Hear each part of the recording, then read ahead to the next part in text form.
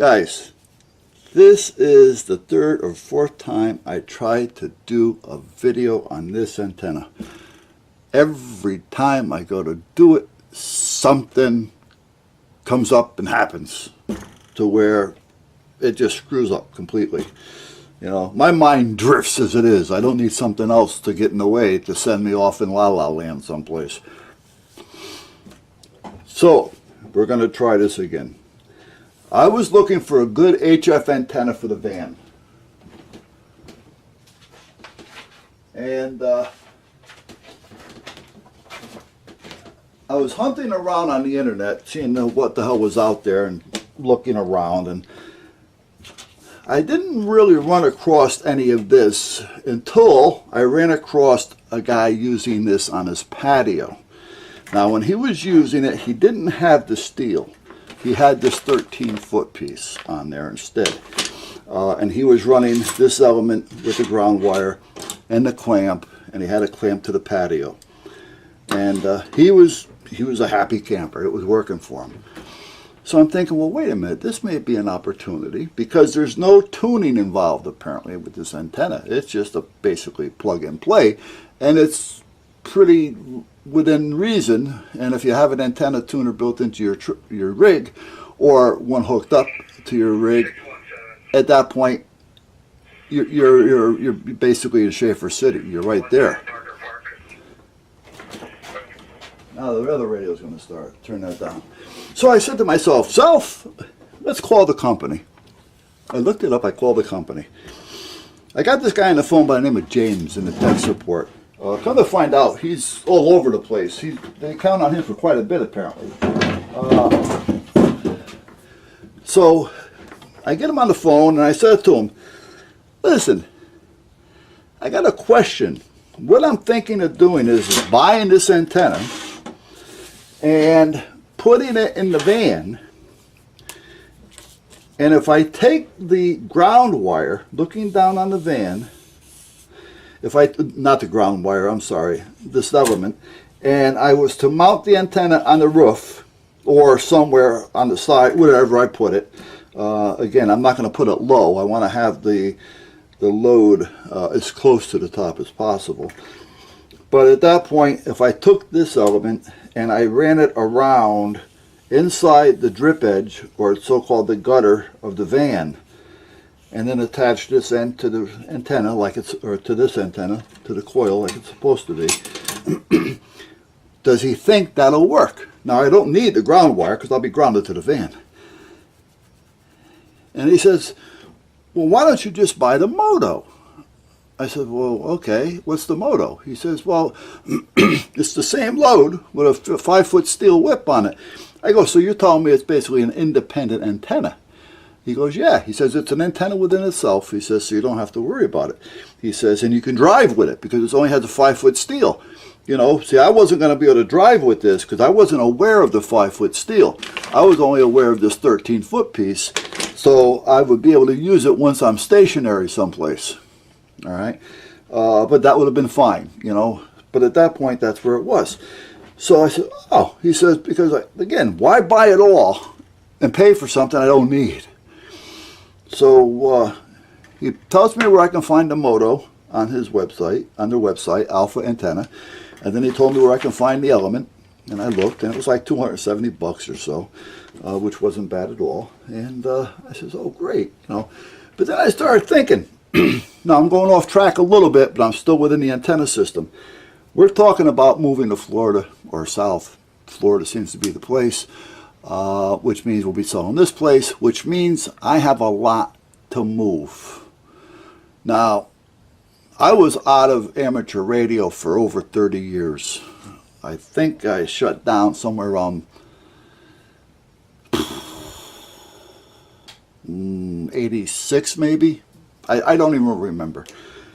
And just within the last year or so, I started getting back into it heavily. My wife bought me a FT 1200 in March of 2016. I think it was 2016. It might have been 2017. Well, whenever I did the edition, that's when I bought the radio. I bought it that March. But meanwhile, So I'm getting back into it. I bought a Yaesu 400 dual bander. That's over here on the bench. I've got an ICOM in the van. I've got a Yaesu in the van. I got a couple of those cheap TY or QTY and A8900 radios in there, just in case I'm out there and somebody needs to borrow one for the day while I'm there. Blah blah blah. Field day, whatever the case may be. Got a couple of pieces of crap radio out there as well. But do I want to start moving all this stuff, when the time comes? Because let me take you outside for a minute. Now, even though I just started getting into it, sometimes I go a little cuckoo.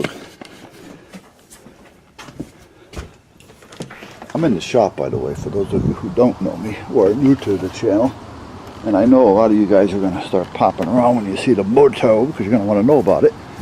I've got a 50-foot freestanding tower back there that the wife and I put up. I believe it was last year. It's freestanding, and what I did was I made a lift and lay mount for it, and it's sitting in about 1.5 yards of concrete in the ground. The wife and I mixed all the bags by hand and poured it. And what I do is I made an attachment that fits on the bucket of the tractor. So all I got to do is put the bucket high, lean it in, it falls within the attachment, and as I back up, the tower lays down. And if I want to put it up again, I just drive forward and the tower goes back up again. So I put the tower up. I didn't put an antenna on it yet. I was going to put a beam up there, but again, I wanted to wait to see what's going on, because even last year we were talking about it, but she got cold feet as far as moving. So I do have a center fed hooked up to it. That's what you see here. It goes to this tower, and then the other end goes down yonder to a pipe that's strapped to the side of the house, and that goes down yonder to there. On this tower I've got a Comet 2 m 440. On this pole there is a MFJ dual bander, but I'll tell you, it sucks. They said, well, send it back. Well, the money you pay to send these things back and forth, and what you pay for the antenna, you just deal with it. So it works pretty good on 2 meters. So I hooked it up to a marine radio, and I use it for monitoring the marine stations and things. I've got the BTV4 back there, which works great with all the groundings on the roof, which I don't know if you see them or not. I made that antenna up there. That works great for dual banders. SWRs are like 1.3, which is great. I made a smaller version of it over here because I wanted to try it using different materials. That one there is all heavy duty stuff. This one's all lighter stuff. So basically that's where I'm at. And again, just getting back into it, you go kind of bonkers. Now, there's also a line over there that you're not seeing. That line is attached to a pulley in a tree about 200 feet away and about 60 feet up. And there's a pulley in the tree, and there's a set of window weights hanging on it that are about 3 or 4 feet off the ground right now. I just ordered an end fed. I believe it's 132 feet long. So that will be attaching to a part of that line. That line is just there right now to hold it and to keep the pulleys and everything hanging and to keep me from losing the end, so I don't have to try to get up that tree again. So that's just tied there for now. But I'm going to tie the end fed to that, and that'll come across probably to this tower. And then at that point I can drop it in there and I'll have an end fed. Now I don't mind doing that, because what's it going to take me? A half an hour to run the line? It's not a big deal because all the work is done up there in the tree. So that's what I'm going to do there. Now, I didn't take you out here to confuse you. This gives you an idea why I may not be hooking up a radio real quick to this Moto antenna. Now again, I will be hooking up or installing the Moto probably the end of the week, mid of the week, Wednesday maybe, Thursday, Friday, more of a reality. And then if I decide I'm going to buy the radio, I'll buy it, within the next week or two, and I'll get that installed, and I'll do a test with it, field test. If not, maybe I'll just take the Yaesu 1200 out temporarily and set it in the van, hook it up just to get an idea how it works. But I'll let you know. But meanwhile, I'm just giving you some ideas and it's here and what I plan on doing. And if anybody knows if this will work, if I was to take this, hook it up to here, run it around the drip edge of the van, using a little bit of epoxy about every foot or so just to hold it down. I won't be using this at all, this piece here at all. I'd like to know if anybody attempted that and if they think it would work or any ideas whatsoever, because again, a lot of this stuff is new to me. Being off the air for over 30 years, I feel like a novice basically. So I am open for suggestions.